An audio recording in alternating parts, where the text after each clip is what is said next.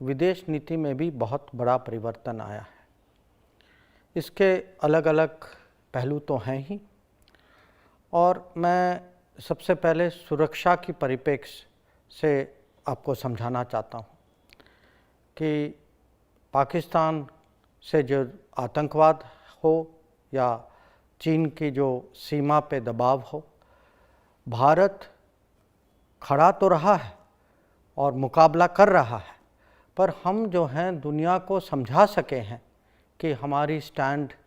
क्यों सपोर्ट करनी चाहिए दुनिया को। मैं ये भी कहूँगा कि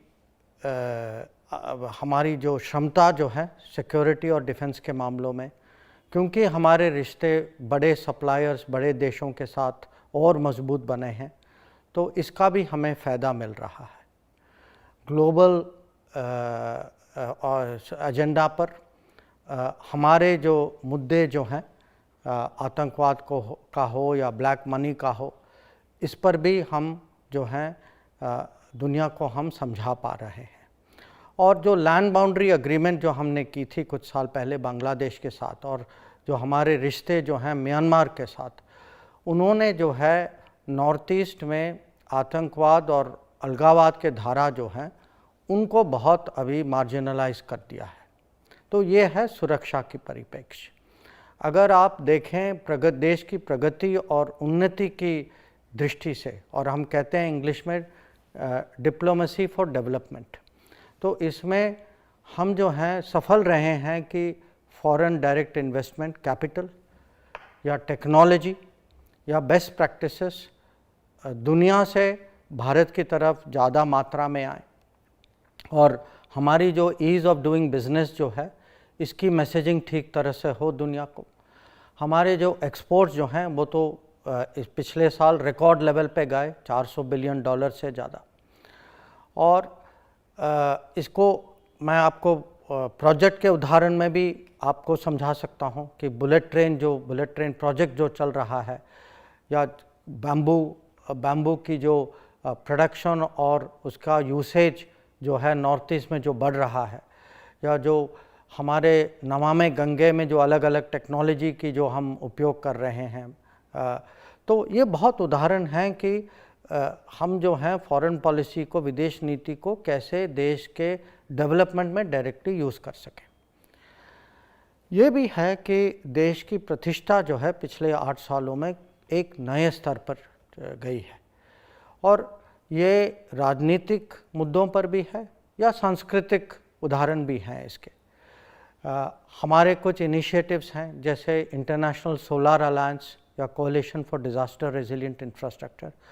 अब 100 से ज़्यादा देश जो हैं हमारे सोलर अलायंस के इनिशिएटिव के साथ जुड़ चुके हैं।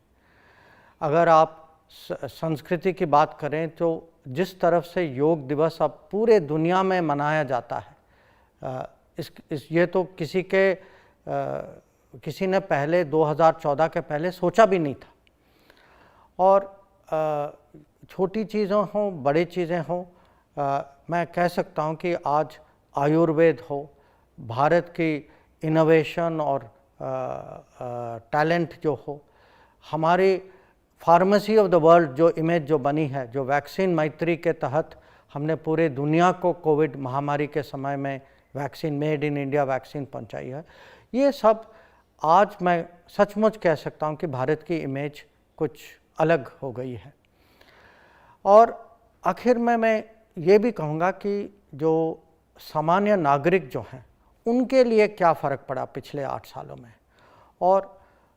वो आजकल उनके लिए पासपोर्ट मिलना आसान भी है और बिना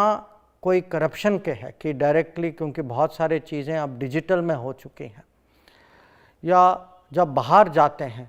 उनकी सुरक्षा, उसके लिए एक फ़ंड है जिसका यूसेज जो है, उसकी उपयोगिता हमने और बहुत बड़ी कर दी है, और बहुत बड़ी मात्रा में इसका महामारी वंदे भारत मिशन के समय में लोगों ने इसका इस्तेमाल भी किया था। और जब कहीं संकट में फंस जाते हैं, जैसे हमारे विद्यार्थी जो यूक्रेन में थे, जो 22,000 विद्यार्थी जो हम ऑपरेशन गंगा के तहत घर वापस ले आए, या जो हमारे इतने सारे लोग जो हैं कोविड के समय में वंदे भारत मिशन के थ्रू हम उनको घर पहुंचा पाए। तो ये हैं बहुत प्रैक्टिकल, मैं कहूँगा ग्राउंड रियलिटी, जो आज आम आदमी सोचता है, जब उसकी जो समझ जो है विदेश नीति के बारे में, इसके कारण बहुत इसमें परिवर्तन आया है। और मैं अंत में कहूँगा कि जो सफलता जो हमें प्राप्त हुई है, जो विदेश नीति में जो हम आगे बढ़ चुके हैं, ये ओवरऑल मोदी सरकार की उपलब्धियां का एक महत्वपूर्ण हिस्सा है और हम लोगों को बहुत गर्व है कि हमें इसके साथ जुड़ने का अवसर मिला।